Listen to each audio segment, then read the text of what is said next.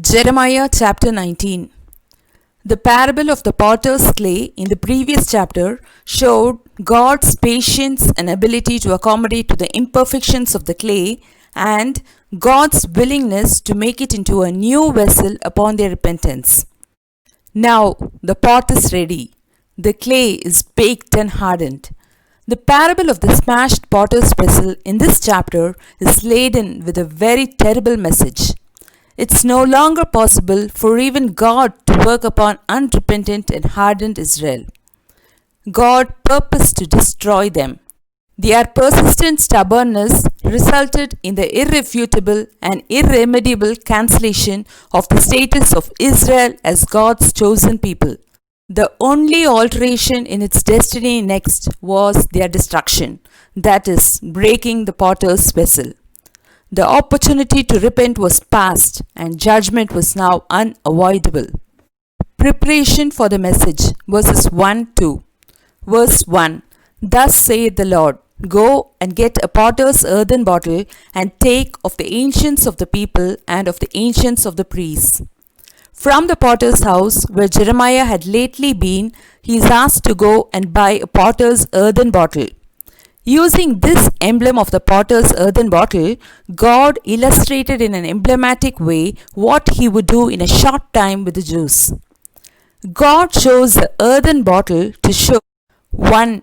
The humble beginnings of Israel, 2. The delicate design and value of the bottle which symbolized Israel's earlier glory, 3. The fragility of the bottle which symbolized the vulnerability of the nation of Israel.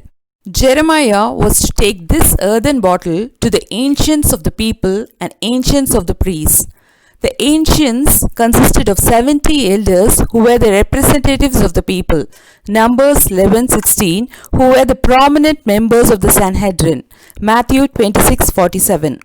It consisted of the elders of the people who presided over the civil matters and the priests who presided over spiritual matters. They were chosen to be credible witnesses of the symbolic action with the earthen bottle so that the Jews might not afterwards plead innocence of the prophecy. Verse 2.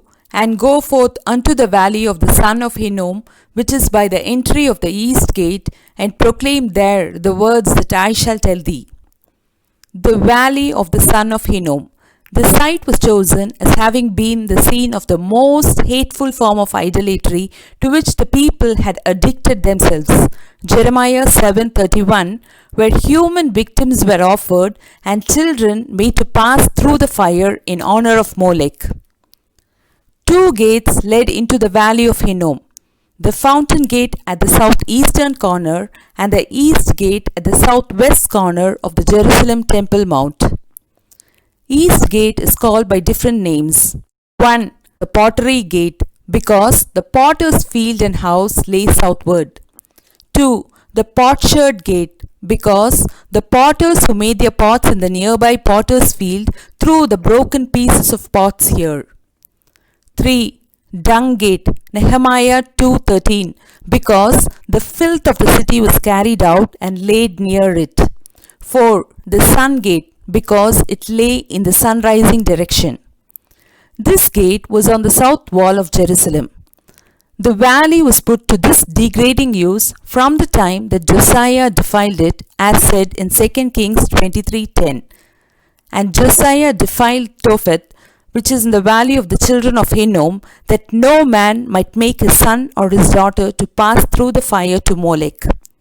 From then, it was used for burning garbage and cremating the bodies of dead criminals.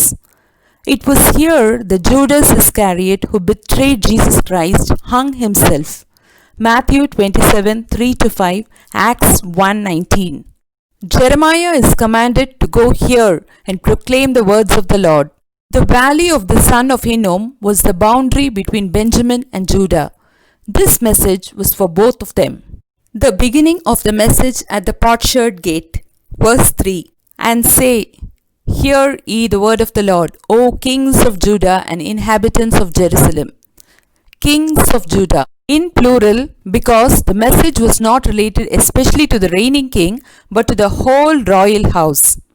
The kings of Judah needed to hear God's coming judgment relevant to the valley of the son of Hinnom because even the kings of Judah sacrificed their children there. Ahaz, king of Israel, sacrificed his own son in the fire. 2 Kings 16:3. The same thing happened in Manasseh's day, where children were sacrificed to the gods of Canaan. 2 Kings 21:6. The message was not only to the kings, but to all the inhabitants of Jerusalem, since all were responsible for the apostasy. Behold, I will bring evil upon this place. This is a proclamation from God that judgment has been spoken on them for their idolatry and child sacrifice.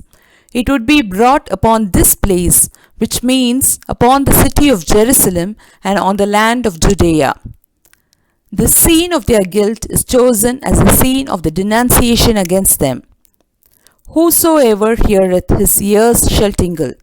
The phrase occurs in 1 Samuel 3:11 to denote the destruction of Shiloh and also in 2 Kings 21:12. It is a metaphor used to indicate that the message is going to be so stunning, terrible and astonishing that at the report of it, people shall be struck with such a horror that the sound or tingling of it abides in his ears continuously till they face the horror. The phrase denotes the greatness of the calamity and the shock which the report of it would bring with it. The reason for the catastrophe to come. Verse 4 and 5. 3 reasons for their judgment have been given. 1. Idolatry. They have not recognized the sanctity of this place, but have alienated it from the Lord and treated it as a strange place by worshipping in it strange gods. The words refer especially to the guilt of Manasseh, 2 Chronicles 33:4, where he built altars to false gods in the house of the Lord itself. In the burning of incense to other gods, they put their trust in them instead of in the Lord. 2. Innocent blood was shed. By the senseless judicial murder of innocent people, Manasseh filled Jerusalem with innocent blood. 2 Kings 21:16 and 24:4, which the Lord would not pardon. 3. They had made a sacrifice offensive to God by burning their sons with fire in the valley of the son of Hinnom that contained the shrine of Molech. Baal and Molech signify the same thing. Baal signifies a lord, Molech a king. Both Baal and Molech seem common names to the Canaanite idols. Under each name they burned their children with fire and offered them as burnt offerings unto it. Psalms 106:37-38. By the brutal and barbarous savageness they polluted the land with blood, which I commanded not. Sacrificing children was not mentioned in the law. God in fact never thought of this. It went totally against his nature. In fact, the law only forbade it. Leviticus 20:2-5. The incident of Abraham's interrupted sacrifice of Isaac, Genesis 22, was an emphatic way for God to say, I do not want human sacrifice. The description of the catastrophe to come, verses 6-9. Verse 6. Therefore, behold, the days come, saith the Lord, that this place shall no more be called Tophet, nor the valley of the son of Hinnom, but the valley of slaughter. Tophet is another name of the valley of the son of Hinnom. Toph in Hebrew means drum. This is where the children were burnt or made to walk through the fire in sacrifice to idols, and drums were beaten to drown the yellings of the children burnt in the fire so that it might not be heard by the parents, lest their cry should excite any feeling of humanity. The valley of the son of Hinnom, that is Gay Ben Hinnom. Gay means valley and Ben means son in Hebrew. The Hinnom Valley is in Greek scripture called Gay Hinnom or Gehenna, used by our Lord Jesus Christ for hell. In Matthew 5:22, Matthew 13:40, 42 and 50, because of the cruel idolatries committed here and the hellish torments they put their children to when they sacrificed them, and of the hellish cries of the children made. God was so angry with them for their false worship. Isaiah 30:33 says that the breath of the Lord kindles Tophet like a stream of brimstone. This valley is going to be called the Valley of Slaughter.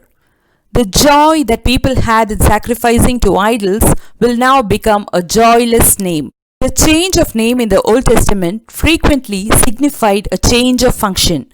Example, Abram to Abraham, Genesis 17:5, and Sarai to Sarah, Genesis 17:15. It should be the scene of slaughter no longer of children but of men, not of innocents but of those who richly deserve their fate. Ironically, the sanctuary of idols would become their cemetery when their treasured homeland Judah would be ravaged by the Babylonians. Verse 7. And I will make void the counsel of Judah and Jerusalem in this place. There is a play on words on the words void and bottle. An onomatopoeic word in Hebrew language is babuk, meaning bottle. An onomatopoeia is a word that actually looks like the sound it makes, and we can almost hear those sounds as we read. Here, the word is supposed to sound like liquid being poured out of the bottle. Bakbuk, bakbuk. Another onomatopoeic word for void in Hebrew is bako, meaning pouring out all the water and emptying.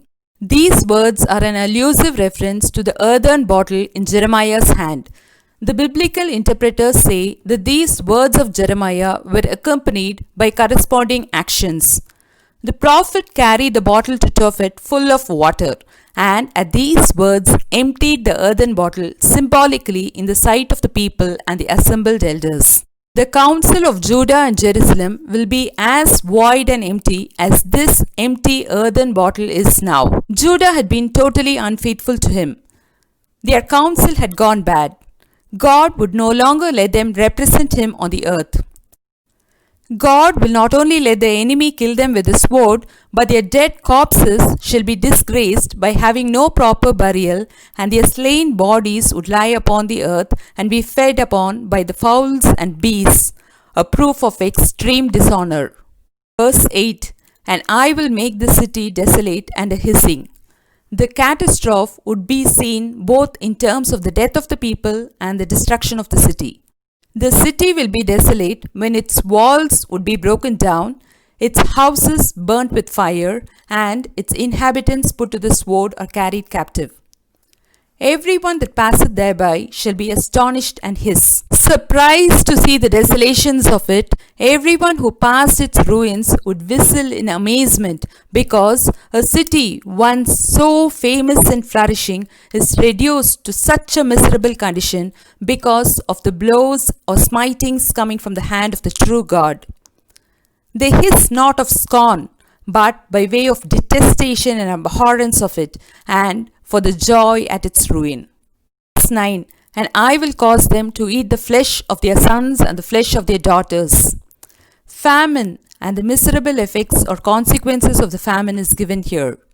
This terrible warning is an almost verbatim quotation from Deuteronomy 28:53, in which the great lawgiver Moses had warned Israel of their fate if they should give up serving their true God. Israel had indeed defaulted in that very act of disobedience, and now Jeremiah warned that the Mosaic penalty would be enforced. Desperate for food during the long siege, some would resort to cannibalism, eating their family members and friends. Lamentations 4:10. Eat the flesh. This gruesome prophecy literally came to pass in each of Jerusalem's great captivities. 1. Babylonian captivity in 586 BC, and 2. In AD 70, when Jerusalem was besieged by Romans, Vespasian and Titus, preceding the total destruction. The biblical confirmation of these sad episodes is found in Lamentations 2:20, 4:10, and 2 Kings 6:28-29. The breaking of the bottle. Verses 10-11. The prophet is asked to break the earthen bottle that he bought. Jeremiah summoned witnesses to this activity, and he does this in the sight of the people in order to arrest their attention, open their ears to his words, and affect their hearts. So, at the meeting of the people, he broke it that all might understand that they were like fragile earthen vessels and there is nothing that they can be proud of. What a perfect symbol of what would happen to Israel. Not by accident, but by design, it was broken. God intended it. It was completely shattered. No ingenuity can repair the damage. Verse 11, and shalt say unto them, Thus saith the Lord of hosts, Even so will I break this people and this city as one breaketh a potter's vessel that cannot be made whole again. And they shall bury them in Tophet till there be no place to bury. The Lord of hosts, a name aptly given to God, expressing God's absolute sovereignty. He is the captain general of all the armies of his creatures and so is able to execute what he here threatens. The breaking of the bottle was a symbolic representation of the destruction of the city and of the state. It symbolized the divorce and casting off of Israel as God's wife and as God's chosen people. As the bottle was broken, so shall Judah and Jerusalem be broken by the Chaldeans. That is, the ruin of Jerusalem shall be an utter ruin, irreversible in nature. No hand can repair it, but his that broke it. And if they return to him, though he has broken, he will heal. In fact, Jerusalem was so utterly destroyed by the Chaldeans that there was little left standing of it, so that after their captivity they did not repair it, but were obliged to build a new city in the place of the former. And next, the Romans destroyed Jerusalem in 70 AD. 1950 years have elapsed since then. Still, it could not be made whole again. Marred clay can be shaped and reshaped until the potter forms with it the vessel he had predetermined. But the broken bottle is of no further use. Its fragments are cast away forever upon the heaps of rubbish deposited in Tophet. They shall bury them in Tophet till there be no place to bury. Because of the great multitude slain, there will be not enough place to bury them in Tophet. Tophet, where they were once guilty of idolatry and sacrificed their innocent children, though now is filthy, abominable and accursed, will have no place to take even their carcasses. It is an emblem of the wrath of God coming on his unrepentant people. The meaning of the broken vessel, verses 12-13. As they fill Tophet with the slain children sacrificed to the idols, so will God fill the whole city with the slain that shall fall as sacrifices to his justice. As the voice of cryings and yellings of children were heard in Tophet, Jerusalem will be filled with noise of mournings. The idolaters left no place free from their abominations. In fact, they polluted their own houses with it. All rooftops of Jerusalem, both in the houses of the inhabitants and the kings, were worship places of the astral deities such as Astarte and celestial luminaries. There the idolaters burned incense to the sun, moon, and stars, and unto all the host of heaven, and poured drink offerings unto other gods. Their houses were desecrated by idolatrous worship and became unclean like Tophet. Zephaniah 1:5. As there was no house free from idolatry, God's vengeance would penetrate into all houses without any exception. God would bring this destruction throughout the city. All Jerusalem would see that kind of destruction as Tophet. They would be destroyed like a broken vessel. After the message of the broken bottle, verses 14-15. Verse 14.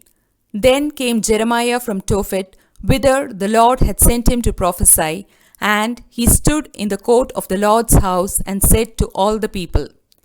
This is a repeat of the discourse which Jeremiah had a little before delivered to the ancients in Tophet in the valley of Ben Hinnom, announcing the punishment and the cause of it. Court of the Lord's house. It is near Tophet, the largest court under the open air, where there was the greatest crowd. 2 Chronicles 25. Jeremiah delivered the message openly and publicly so that most might hear. Verse 15 says that all the evil pronounced against Jerusalem was because they have hardened their necks. It is a metaphor taken from an unruly oxen which resisted the yoke, broke it, and ran away. So, these people also neither inclined their ears to hearken to, nor bowed their necks to receive the yoke of God's law and precepts, but broke and destroyed the yoke of the law. They were obstinate and disobedient, and this was the cause of their ruin. Jeremiah chapter 19, questions and answers.